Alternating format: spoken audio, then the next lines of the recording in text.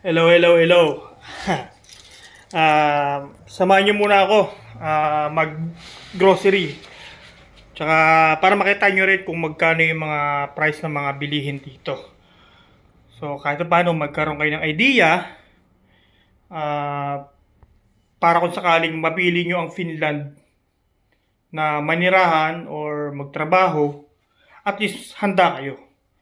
So tara, samahan niyo ako.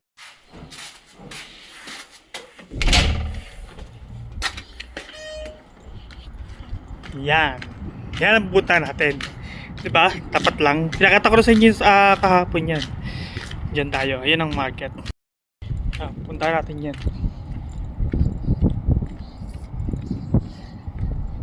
Yun. Kaya nagustuhan ko dito. Kasi sa location ko dahil unang-una malapit sa lahat. Nasa sentro kasi ako. Kaya okay na okay ako dito.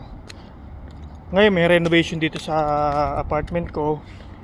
Sabi ng landlord ko na pwede naman daw ako lumipat, pero mas pinili ko pa rin hindi lumipat kasi panalo na ako dito sa apartment ko Unang-una, bukod sa mura,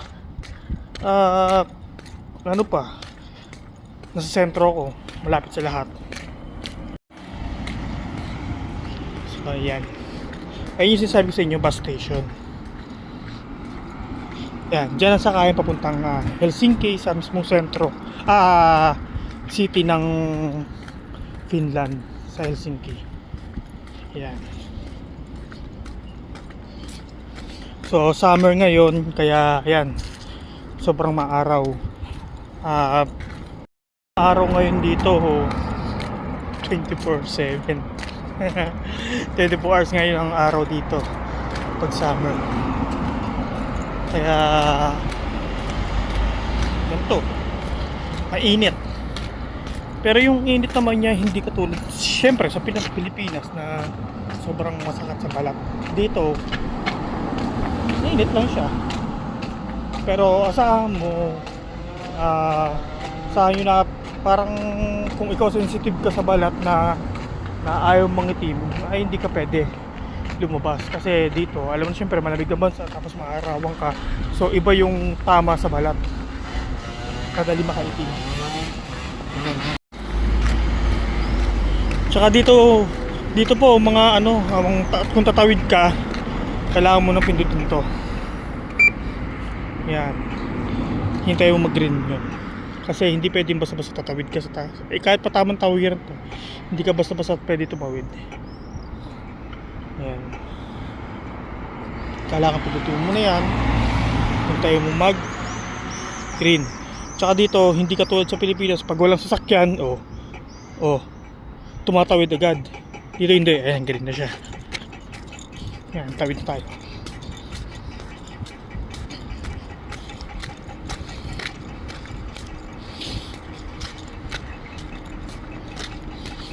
Yan. Ngayon, halimbawa kung ikaw naka-bike or scooter, yan.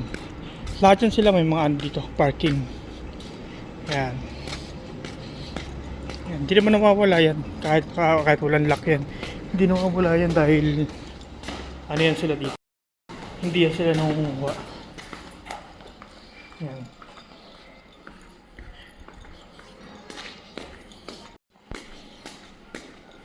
Yan. Ito dati itong sportswear. Sarado na siya kasi tago kasi kaya yun, nagsarado siya. Hindi bumenta.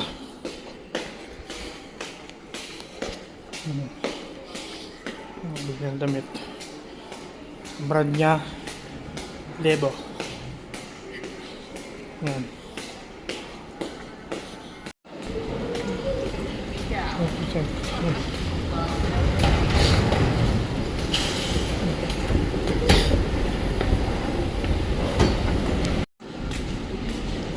Yan.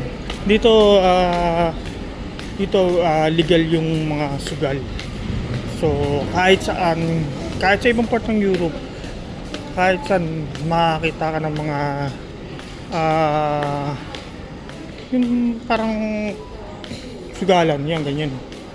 Yung sugalan na ganyan. Yan. Yan. So, tara, tingin tayo dito sa loob. Titingin din pala ako ng ano, electric fan. Ah, kasi mainit ngayon. Hindi na totally mainit. Pero syempre, walang hangin eh. So, parang naano lang ako, parang naiirita ako. Yun.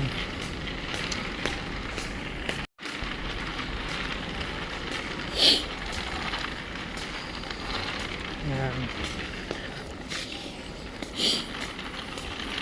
Tingin tayo.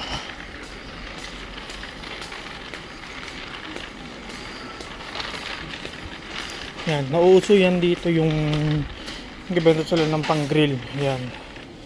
Ang price niya ay 299 euro. I-convert nyo lang sa 65. Iba-ibang price niyan. Ito, merong 349, 239, at yung pinakamaliit 179. Ganyan siya. Yan. Diba ang mahal? Pag kinonvert sa peso, diba ang mahal? Oh. Kaso mga ito mga phone. Halimbawa itong iPhone 16. iPhone 16 849 euro. Meron ding 99 euro. Honor XSB. Yan.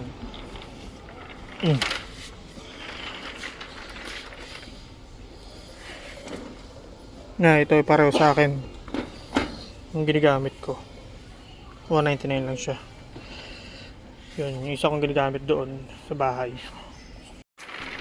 Ito, electric fan. 34 euro. 34 euro lang siya. Tapos dito, ano pong 19 euro. Ano pong 16?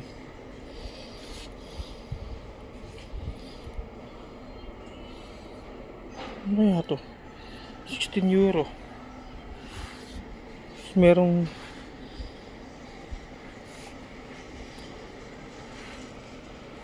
merong 19. Ito yata yun. Despan. So, tingnan natin yung code niya. Malalaman natin sa code kung ito nga yun. Magkano yun? 16.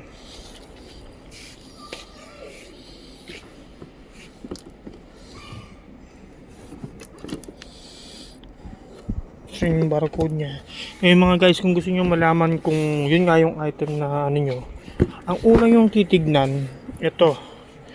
Yung last digit, last 4 digit. 1129. Yun, tignan natin dito. Sa ano, kung ito nga yun. So, 1129. So, ito nga yun. Tingin ko, kunin ko na to. So, anong kulay? Kulay itim? Kunin ko yung itim.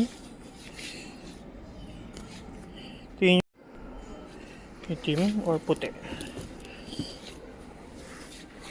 Tingin ko itim. Kasi light ang color ng apartment ko, di ba? So, tingin ko ito na lang. Pinahirapan ko sarili ko. Ayan oh. Di ba? So, kunin ko to. Kuha tayo sa likod. Ayan. 16 euro. Di ba? Ting! Di ba? Ngayon, pakita ko sa inyo dito yung mga presyo ng mga gulay, bigas, yan ang importante, bigas. So, pamahulog yung cellphone ko. Ayan. So, Pakita ko sa inyo lahat. Hmm.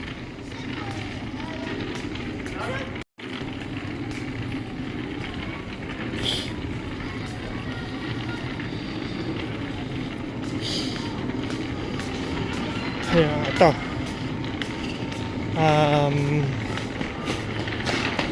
Repolyo. Ang repolyo, ang isang kilo niya ay 149. 1.49 ang isang kilo. So kung halimbawa, sabi natin 150. So kung 2 kilo yan, 3 euro. Ganun siya. So convert nyo na lang po sa 65. 1.49 times 65. Ganun po siya.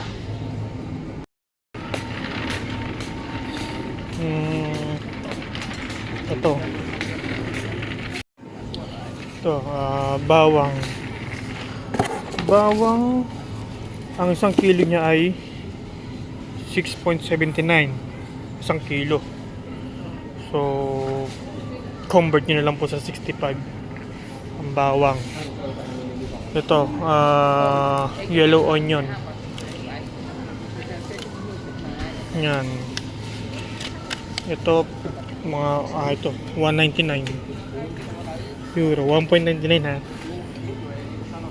So, convert nyo na lang po sa isang ano po yan, isang balot lang.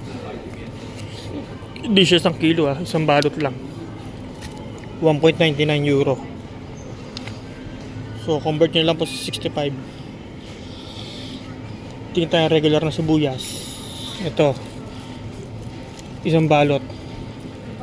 Isang balot ito, 1.39. Oh, ganyan siya. Yun. Kaya, at may ano kayo, may ideya kayo. Alam mo nyo, ang namimiss ko dito yung ano eh, yung paborito kong gulay, pechay. Pechay yung paborito ko eh. Kaso wala dito. Sa mga Asian store lang yun. Ito. Meron dyan, may nakikita ko dito, bok choy. Kaso, ang mahal. Ang isang balot niya 1.99. Yun. Tapos mga prutas. Yan. Pinya, magkano ba sa atin ng pinya? Dito, isang kilo. Ang isang kilo niya 1.89. Isang kilo yun ha. Eh paano kung 2 kilo yan? Siyempre kasama patangkay. Convert nyo na sa 65. Mangga. Mangga, ang isang kilo niya ay ito, 3.89 euro. Isang mangga ha. Isang kilo. Convert nyo na lang po sa 65.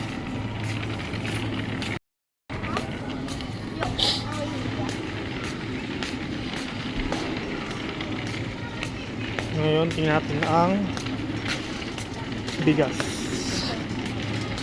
Diba? Rice is life. Diba yung nga sinasabi sa atin? Rice is life. Kaya, dun tayo. Yan, dito yun.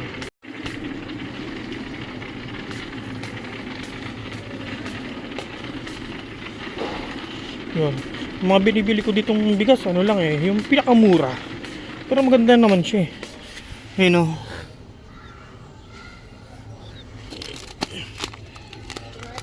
Yan. 85 siya. 0.85. Diba? So, yun lang. So, ganito po dito. Dito mga tao dito tuwan-tuwa pag summer. Kasi nagagawa, maraming activities silang gagawa. Although pati naman winter, marami silang gagawa. Pero iba pa rin talaga ang ang sa kanila, ang summer. Ayan.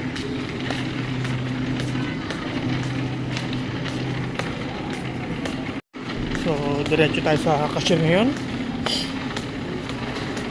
Lintik ang haba ng pila, oh. Ay, nako. Ang haba ng mga pila.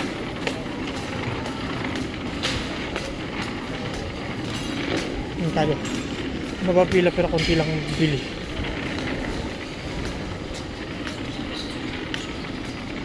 Ayan.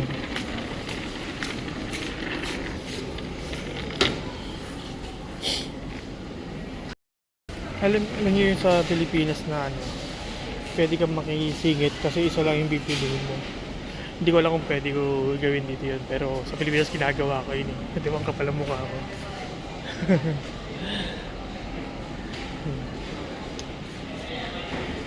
Yan.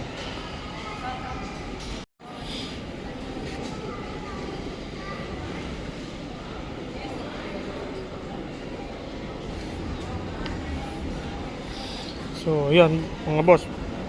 Yan ang bilhin natin ngayon. Electric pan.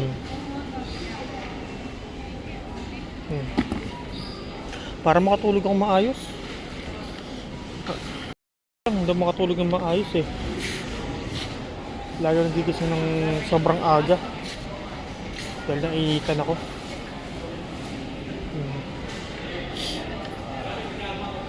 Kaya, yun. Bili talaga ako. So at least kahit paano may nabili man lang akong gamit sa bahay kasi lahat ng gamit ko bigay. Ngayon sinasabi ko sa inyong page sa Facebook Cross Calabar. Yan. Yan.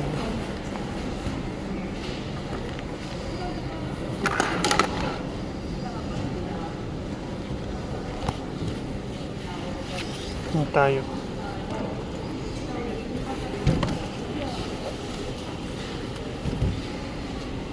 Hi.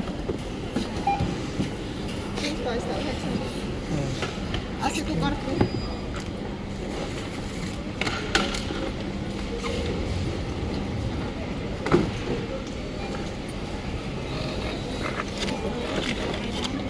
Dito. Ah.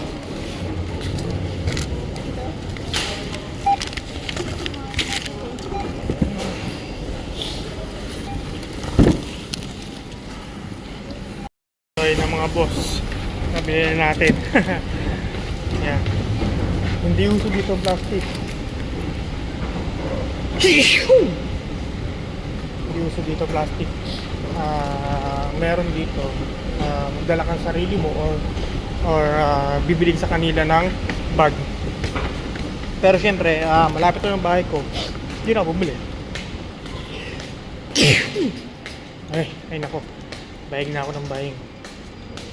Yung kasi kanina sa bahay, may parang alikabok. Kasi nga, di ba may i-renovate nga doon sa toilet ko. Kaya tuloy ako bahing ng bahing.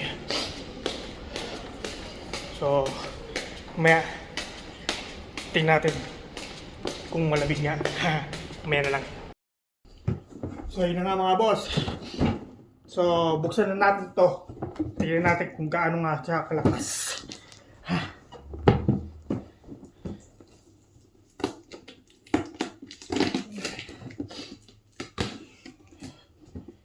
Hindi naman kasi kagabi ang init-init.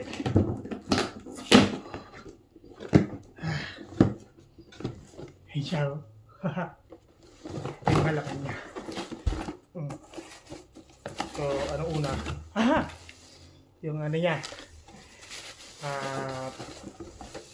LC. Cute na LC.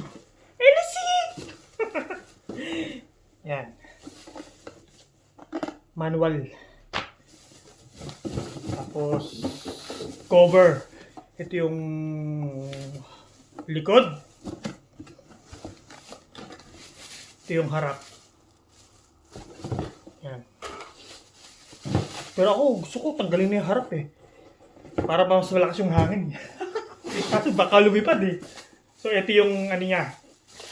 Pinaka machine niya, electric pan niya. Tingnan natin. Diba? Ang ganda! Ang cute! Ang cute oh. Talagang electric pan! In fairness, meron siyang pindutan. 1 and 0, 1, 2. Wala yung 3. Doon sa atin hanggang 3. Kasi ganun kainit sa atin eh. So, yan. Yan, tanggalin natin. So, try ko muna.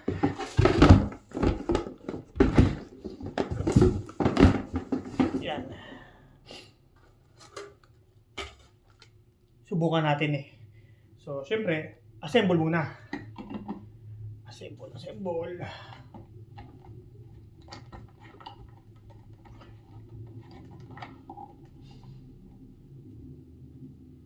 Ano ba to? Yun.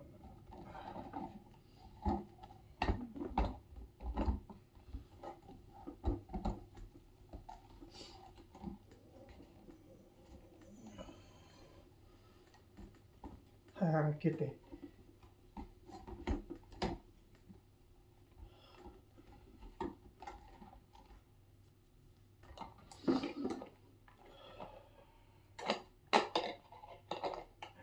Ang cute ng electric. Electric pan!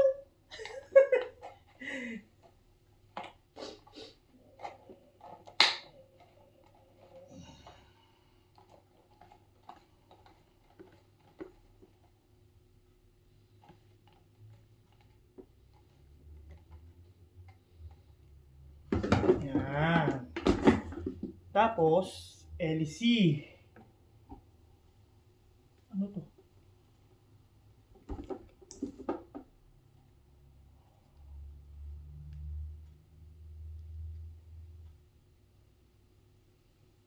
Ganito lang siya.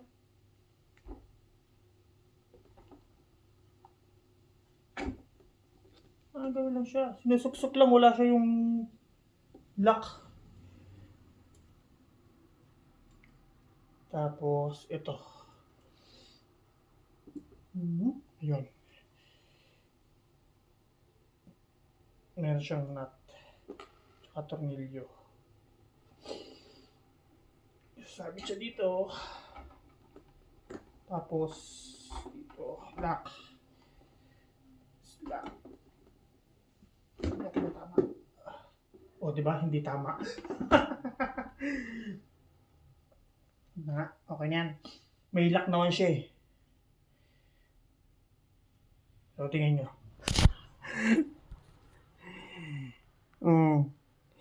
Electric pan! Kasi kagabi talagang hirap na hirap mo makatulog pa. Ikot-ikot ako. Ilang araw na. 3 araw na akong ganito. So, tignan natin siya ngayon kung gaano siya kalakas o kalamig. Excited ako. Tulog na kaya ako after neto, no? Kahit may araw pa. Ano oras na ba? 6:25.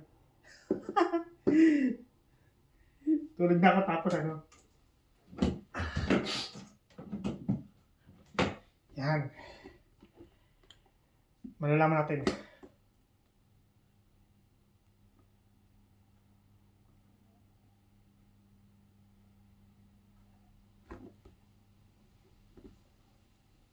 Number 1.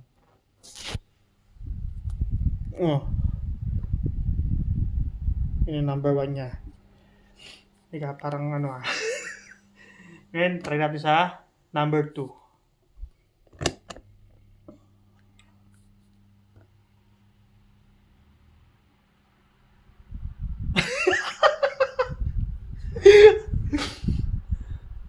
O di, siguro kasi nakatalikod sa pintuan ko eh. So, walang nakukuhang hangin sa likod. Pero meron naman siyang hangin. Ay, lumalakas na siya. Ang sarap. Ayun na. Inaantok na ako. Tulog na ako.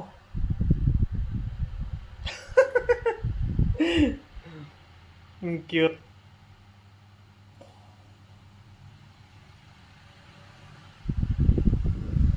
So, yun na nga.